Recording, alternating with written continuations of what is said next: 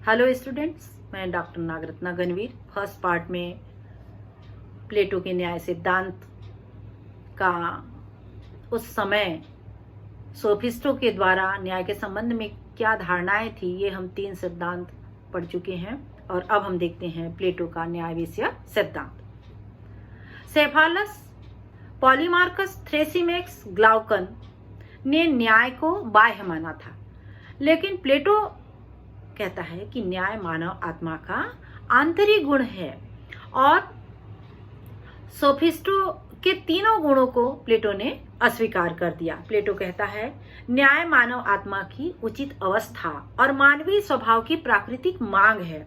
वह कहता है कि न्याय राज्य की प्राण वायु है। प्लेटो ने न्याय के 2 रूप बताए, एक व्यक्तिगत रूप और दूसरा है सामाजिक रूप। प्लेटो मानता है कि मानव आत्मा में 3 गुण होते हैं, संयम, साहस और विवेक, और इन 3 गुणों के आधार पर ही पूरे समाज का निर्माण होता है। जिस व्यक्ति में जिस गुण की अधिकता रहती है उसे वही काम को करना चाहिए। उदाहरण के लिए जो संयमी है वह उत्पादक वर्ग बनेगा, जो साहसी है वह सैनिक का काम करेगा, और जो विवेकी है जिसके पास बुद्धि अच्छी है वह शासक का काम करेगा। प्लेटो यहाँ पर कहता है कि जिस प्रकार छोटे अक्षरों की तुलना में बड़े अक्षर आसानी से पढ़े जा सकते हैं, उसी प्रकार व्यक्ति के जीवन की अपेक्षा राज्य में न्याय को स्पष्ट रूप से देखा जा सकता है। प्लेटो कहता है राज्य मानव मस्तिष्क का ही व्यापक रूप है। राज्य बबूल के वृक्ष या चट्टानों से नहीं निकलते हैं, वरन उन लोगों के मस्तिष्क और चरित्र का परिणाम होते हैं जो वहां पर निवास करते हैं।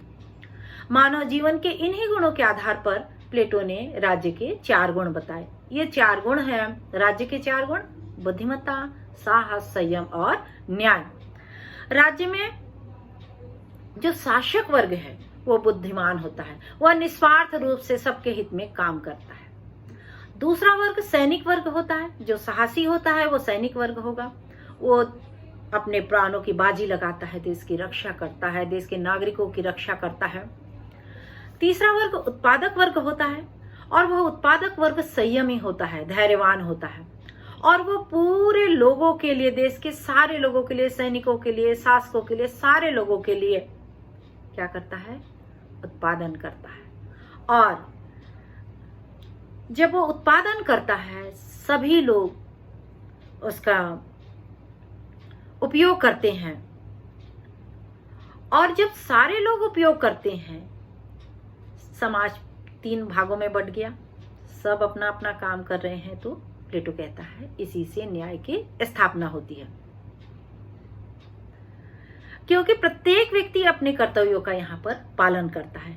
न्याय क्या है, उसका कहाँ अधिवास होता है, इसके संबंध में प्लेटो कहता है अपने निश्चित स्थान में अपने कर्तव्यों का पालन करना, दूसरे के काम में हस्तक्षेप न करना, और उसका निवास स्थान कहाँ है? निश्चित कर्तव्य पूरा करने वाले प्रत्येक नागरिक के मन में होता है। इसलिए अपने कर्तव्यों का पालन करना ही न्याय है, प्लेटो कहता है। और मैं भी ये कहती हूँ, और आपको भी ये कहना चाहिए कि वास्तव में अपने कर्तव्यों का पालन करना, दूसरे के कर्तव्यों में हस्तक्षेप न करना न्याय है। भले ही वह नैतिक न्याय हो, लेकिन न्याय है। प्लेटो कहता है कि व्यक्ति को एक कार्य को कुशलता पूर्वक करना चाहिए जिसमें उसकी स्वाभाविक प्रवृत्ति हो। केटलिन ने भी यह कहा कि प्लेटो के न्याय की धारणा को स्पष्ट करते हुए वो कहता है कि मेरा स्थान और उसके कर्तव्य बस यही न्याय है। सेबाइन ने भी इस संबंध में कहा न्याय समाज का एकता सूत्र होता है। यह उन व्यक्तियों की परस्पर तालमेल का नाम होता है जिसमें से प्रत्येक ने अपनी प्रकृति और शिक्षा दीक्षा के अनुसार अपने कर्तव्यों को चुन लिया है और उसका पालन करता है। यह व्यक्तिगत और सामाजिक धर्म है, क्योंकि इससे राज्य तथा व्यक्ति का कल्याण होता है। प्लेटो के न्याय सिद्धांत की अब हम विशेषताएं देखेंगे। पहली विशेषता है नैतिक सिद्धांत। न्याय वैधानिक नहीं होता है। प्लेटो कहता है कि न्याय वैधानिक नहीं है, कानूनी नहीं है, वह एक नैतिक कर्तव्य है। ये आत्मा का आंतरिक गुण है और सबको इसका पालन करना चाहिए। वास्तव में अगर ऐसा होता, सारे लोग अपने कर्तव्यों का पालन करते, तो मुझे ये लगता है कि ये जो देश है स्वर्ग होता। यहाँ सभी अपने स्वेच्छा से अपने कर्तव्यों का पालन करते, लेकिन ऐसा दिखाई नहीं देता है। सेकंड नंबर है न्याय जीवन का एक आंतरिक तत्व है, संतुलनकारी धारणा है। प्लेटो की न्याय सिद्धांत की दूसरी विशेषता है कि न्याय कृत्रिम नहीं है, अंतःकरण की पवित्र भावना है और इसका आधार क्या है? आत्मसंयम, आत्मत्याग और जीवन में संतुलन। थर्ड है कार्य विशिष्टीकरण का सिद्धांत। मानव जीवन के 3 नैसर्गिक तत्व हैं, विवेक, साहस, तृष्णा, और इसी के आधार पर नागरिकों के भी 3 वर्ग हैं, शासक, सैनिक और उत्पादक वर्ग। और जिस गुण की जिसमें प्रधानता होती है, संयमी है उत्पादक बन जाता है, साहसी है तो सेना का काम करेगा, और जो बुद्धिमान है वो शासक का काम करेगा। डॉक्टर रूस कहता है कि अपने कार्य को करना और अन्य लोगों के कार्य में हस्तक्षेप न करना, यही वास्तव में न्याय है। अति व्यक्तिवाद का नेक्स्ट है, इसके सिद्धांत की विशेषता है अति व्यक्तिवाद का विरोधी और सावयव एकता का सिद्धांत। तो हमने देखा थर्ड नंबर क्या था? कार्य विशिष्टता का सिद्धांत। सब लोग अपना अपना काम करेंगे जिसमें जिस गुण की प्रधानता होगी। और फोर्थ नंबर है अति व्यक्तिवाद का विरोधी और सावयव एकता का सिद्धांत। प्लेटो के न्याय सिद्धांत की विशेषता यह है कि ये अति व्यक्तिवाद का विरोधी था। ये कहता है सब लोग जो हैं, सावयव एकता मतलब उत्पादक वर्ग है, सबके लिए, है ना, सबके लिए उत्पादन करेगा। सब लोग में जो विशिष्टताएं हैं उन्हीं विशिष्टताओं के आधार पर काम करेंगे। कार्य विशिष्टता से व्यक्तियों में भिन्नता नहीं आएगी बल्कि एकता आएगी। जैसे उत्पादक वर्ग, सैनिक वर्ग और किसके लिए? शासक वर्ग के लिए उत्पादन करता है, तो इसमें एकता आएगी। सैनिक वर्ग सबकी सुरक्षा करेगा और शासक वर्ग सबके हित के लिए कल्याणकारी योजनाएं बनाएगा, काम करेगा। फिफ्थ नंबर है दार्शनिक शासक। प्लेटो कहता है कि राज्य की शासन व्यवस्था विवेकशील हाथों में होना चाहिए, निस्वार्थी, कर्तव्यपरायण, बुद्धिमान लोगों के हाथों में होना चाहिए। प्लेटो का न्याय सिद्धांत बिल्कुल सीधा साधा है और इसी कारण महत्वहीन प्रतीत होता है, लेकिन वर्तमान परिस्थिति में इसका बहुत ज्यादा महत्व है और इसलिए प्लेटो को सिद्धांत को आज भी पढ़ाया जाता है विश्वविद्यालयों में और सभी जगह पढ़ाया जाता है, यूजी पीजी में पढ़ाया जाता है। वास्तव में प्लेटो के पूर्व समाज में कोई भी व्यवस्था नहीं थी, मतलब अव्यवस्था फैली हुई थी।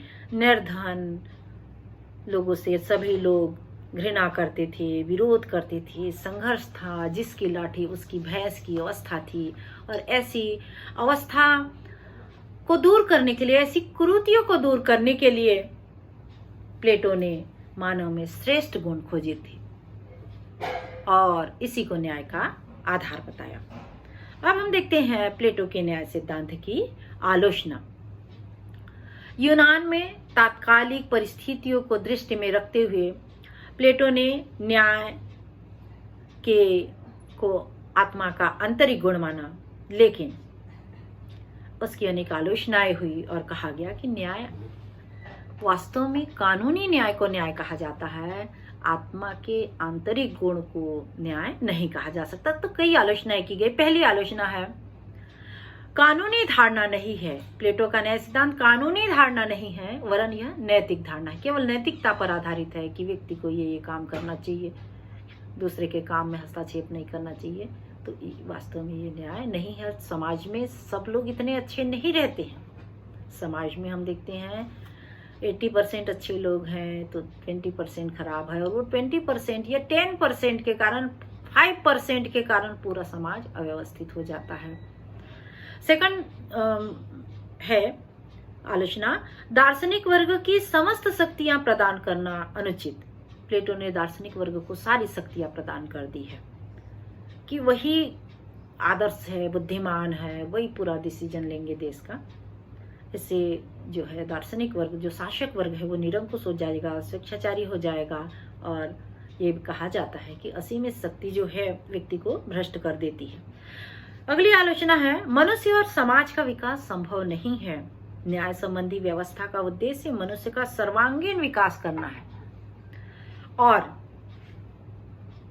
मनुष्य, आप देखोगे कि एक व्यक्ति उत्पादन कर रहा है, वो केवल उत्पादक ही बना रहेगा, मजदूर ही बना रहेगा, किसान ही बना रहेगा। वो आईएएस नहीं बन सकता, वो कोई नेता नहीं बन सकता, है ना, देश का शासन नहीं चला सकता। तो ये जो है, ये कहा गया कि इससे विकास संभव नहीं है। वास्तव में मल्टी टैलेंटेड बोलते हैं ना, जो उत्पादन भी करता है। कुछ लोग पढ़ाई में भी रहते हैं, स्पोर्ट्स में भी रहते हैं, अभिनेता के रूप में भी काम कर सकते हैं, हर जगह ऑल ओवर रहते हैं। अपन कहते हैं ना कि ऑलराउंडर है। तो इससे वास्तव में विकास होता है व्यक्ति के। केवल एक ही फील्ड को पकड़ के एक ही काम को करेंगे तो विकास नहीं होगा। गुणों के निर्धारण का कोई आधार नहीं है। प्लेटो ने मानव के 3 गुण बता दिए और इसी के आधार पर उसने ये बताया कि जन्म से ही किसी में संयम है तो वो वही काम करे। वास्तव में गुणों के निर्धारण का आधार नहीं है। व्यक्ति, आप देखोगे जो सामान्य व्यक्ति भी अगर बहुत मेहनत करता है, अच्छे लोगों की संगत में रहता है, अच्छे दोस्त हैं, तो उनसे भी प्रेरणा, या बहुत अच्छे टीचर हैं तो उनसे एक सामान्य व्यक्ति भी, स्टूडेंट्स भी है, वो बहुत आगे बढ़ जाता है, लक्ष्य प्राप्त कर सकता है। हर सामान्य से सामान्य व्यक्ति, मैं समझती हूँ कि गरीब से गरीब व्यक्ति भी जो है मेहनत करके वो बहुत आगे बढ़ सकता है। हम जानते हैं ये रिक्शे वाले की बेटी जो आईएएस बन गई, जो 50% विकलांग था, उसके बावजूद भी ये आईएएस में टॉप किया, ऐसा सुनते हैं। तो व्यक्ति में बहुत प्रतिभा है और उसको एक गुण से बांध के रखना ये गलत है। प्लेटो उत्पादक वर्ग को केवल उत्पादक वर्ग बनाना चाहता था, शासक वर्ग नहीं बनाना चाहता था। ये न्यायोचित नहीं है। वास्तव में प्लेटो के न्याय सिद्धांत की बहुत आलोचना की गई, उसके बावजूद भी प्लेटो का न्याय सिद्धांत बहुत अच्छा है, क्योंकि वह हमें क्या सिखाता है, कर्तव्य का पालन करना चाहिए। प्रत्येक व्यक्ति को राज्य के द्वारा जो हमें कर्तव्य दिए गए हैं, हमारे परिवार के क्या कर्तव्य हैं, हर व्यक्ति को, चाहे वो स्टूडेंट्स हो, चाहे प्रोफेसर हो, चाहे कर्मचारी हो, किसान हो, हर व्यक्ति को अपने कर्तव्यों का पालन करना चाहिए और अपना विकास, परिवार का विकास, समाज का विकास और देश के विकास में योगदान देना चाहिए। दूसरे के कार्यों में हस्तक्षेप नहीं करना चाहिए। वास्तव में यही न्याय है। हमने जो विश्वविद्यालय, हेमचंद विश्वविद्यालय द्वारा जो पाठ्यक्रम निर्धारित किया गया है और पाठ्यक्रम समिति ने जो संदर्भ ग्रंथ दिए हैं, उसी के अनुसार हमने आपको ये लेक्चर दिया है। और आगे का जो शिक्षा सिद्धांत प्लेटो का आदर्श राज्य हम अगले पीरियड में पढ़ेंगे। इसके लिए आप बहुत सारी बुक्स है, राजनीति विज्ञान के सीपी शर्मा, श्याम सुंदरम, पुखराज जैन, फाड़िया, ये सारी पुस्तकें पढ़ सकते हैं। बहुत बहुत धन्यवाद।